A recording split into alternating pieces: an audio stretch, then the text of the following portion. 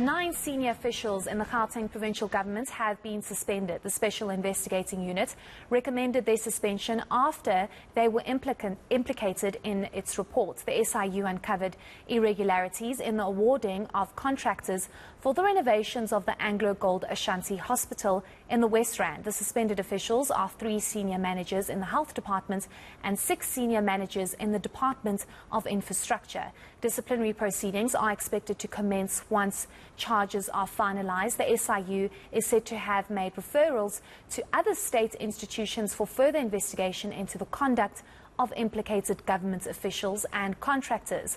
The Gauteng government has commended the SIU for its ongoing investigation and civil action. For more on this story, let's now speak to Gauteng government spokesperson Vuyo Maga, who joins us now via Zoom. Thank you so much for your time this evening, Vuyo. We appreciate it. Speak to us about these suspensions.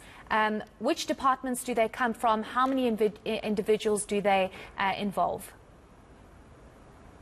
Well, thank you very much, Heidi, and good evening to the viewers of the ENCA. Indeed, there are 2 departments that were involved in the matter. It will be the Department of Health as well as the Department of Infrastructure in Gauteng. So those will be the people, in particular the infrastructure, because that will be the implementing agency for all the actual refurbishment of the infrastructure in Gauteng. And then Department of Health will be a client. So the 2 departments will obviously, the official will have been on an ongoing conversation. And basically that's what has basically happened. So the 2 departments are the ones that are involved. Okay, speak to us about the charges. When will these individuals know about their charges in order for these disciplinary proceedings to forge ahead? Well, that's something that is being done speedily. So we are anticipating sometime this week, latest by next week, that those charges will have been inferred to them. Currently, they are on the precautionary suspension. So they are aware of the suspension, and that's why at the moment we could not necessarily name them, but I think as soon as the charges are there, we'll obviously be able to bring the residents of Gauteng much more information about the work that is being done by the SIU and the actual execution from our part as the Gauteng government. So you have no time frame as to when these charges are going to be finalized? That's what I'm saying, Heidi. Actually, our anticipation is that at least, hopefully by this week, it must be finalized latest. When we're speaking to the lawyers of the Gauteng government, is that at latest it will be sometime next week, but definitely sometime this week we'll expect those charges to be inferred to the said individuals. Okay, so these individuals have been placed on precautionary suspension. So I want to understand if measures have been put in place for these departments, given the fact that these are senior managers who are, I would presume, not supposed to be going back to work until all of this is finalized. Yes, indeed. Those are the measures that were put in place.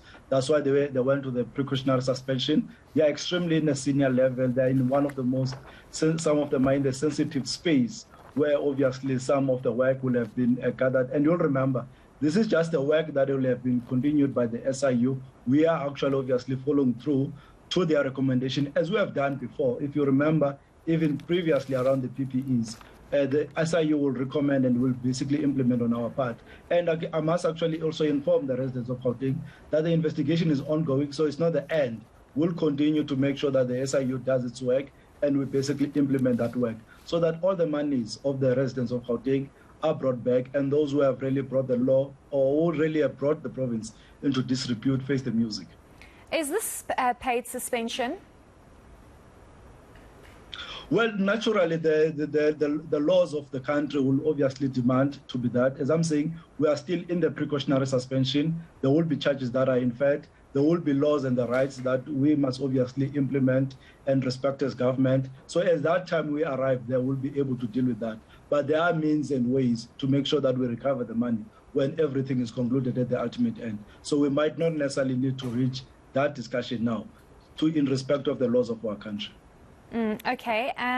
Well, yeah, I want us to speak about the hospital, because I do understand that the hospital was vacant for some time and then it became a hospital to assist with the crisis and the pandemic, COVID-19 pandemic. Where are we as we speak with regards to if this hospital is actually operating and functional? No, the hospital is functional. There were patients that were there during the peak of COVID that were being admitted there.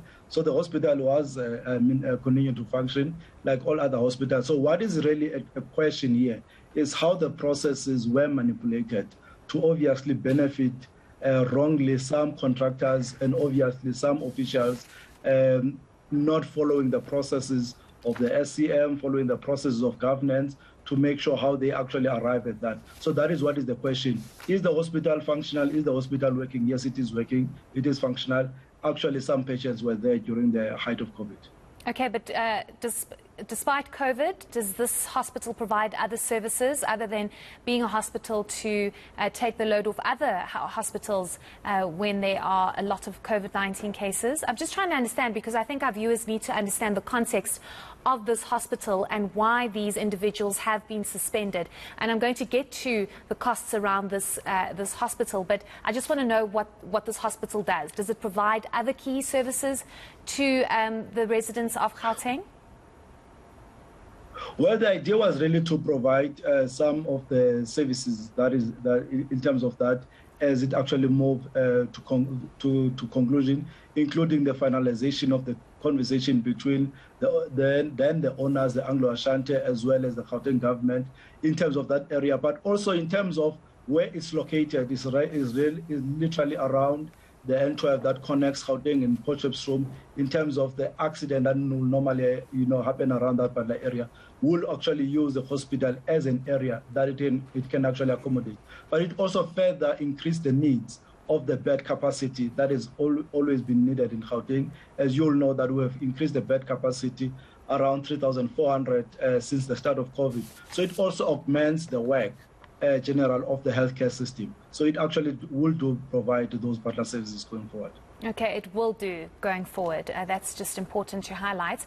Vuya, I need to ask you how the provincial government did not pick up the fact that costs ballooned more than 10 times from the initial budget. So from my understanding, it seems as though the refurbishments of this hospital ended up costing 570 million rand. Where was the provincial government in picking up that clearly there's an irregularity here and this is a massive red flag? No, that's what I was saying to you, Heidi. When that actually happened, then the SIU would have obviously entered. The SIU entered the space after the proclamation of the president.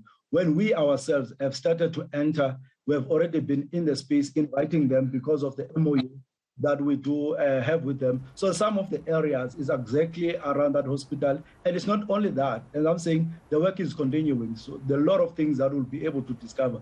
One of the challenges that if you go, I assume because you've got the figures, if you go through that particular report, is really some of the issues of, to say this is an emergency and all that. There was an area of emergency, and that's where a lot of things actually fell into crack. So as a result, a lot of procurement processes that have been there for a very long time, open tender systems were set aside under the disguise that is actually an emergency. As a result, a lot of those things will have actually been done. But at least where we are now, we are comfortable that we have started the process. The SIU has done its work. We will be able to recover some of the money that will have actually been lost through this. And those who have really done this work will obviously face the consequences. So I hear what you're saying, Vuyo, and I get that a lot of work still needs to be done. But I think everybody is asking the question as to perhaps there needs to be a relook at these procurement processes.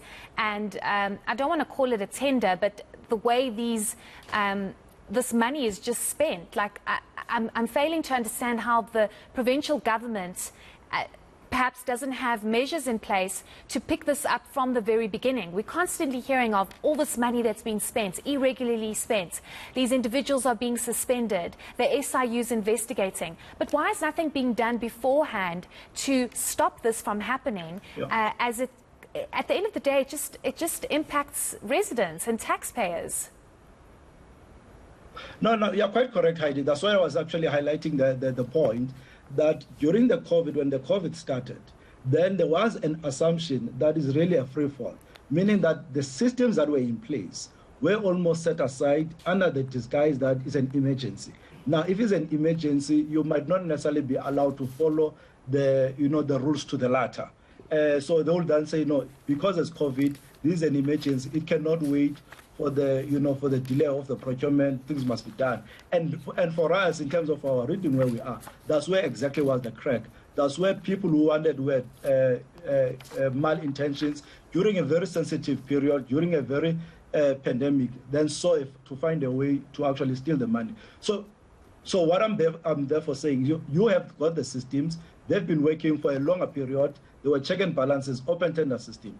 Here's a situation, COVID comes in, then you say, no, this is an emergency. Therefore, to use your systems will delay your response time as government. Therefore, let's take these things through the emergencies. So undermining those systems that have been there for the longest of time on the basis of emergency exposed the Gauteng government, and I suppose to the broader government, to these particular types of corruption and to this particular type of behavior, because the systems will have been relaxed to make sure that they don't become a hinder to save the lives. And I think that's what we are basically dealing with here. Okay, Vuyo, thank you so much for that, but I'm sorry, I'm going to ask you a question that I actually didn't let you know I will be asking, but I think it's important to ask because it's truly impacting those that are desperate for health services. Do we have any updates around Charlotte Maxeke Hospital and whether or not that is ever going to be fixed and repaired? Because we've had people on the show time and time again, even trying to reach out to the president because they are not getting any response from the provincial government. Do you have any update for us? Yes, we do, and I think that when I was in a conversation with some of your journalists, one of the issues was to finalize some conversation that we are having with some of the companies, including the national, to come and augment the work that will have been done by the DID. So there will be an additional support that is coming to fast track the work, and I think that announcement will be done by the Premier and possibly with the Minister, as well as the said implementing agency, to make sure that we fast track that part of the process. So there has been a conversation between the Premier and the Health Minister to make sure that the Charlotte comes in full operation. We'll be able to announce that hopefully sometime during this week. Okay, so we need more action and less conversations, Vuyo. Hopefully you can pass that message on to the Premier. But thank you so much for your time this evening. We do appreciate it. That's the spokesperson for the Gauteng government, Vuyo Maga.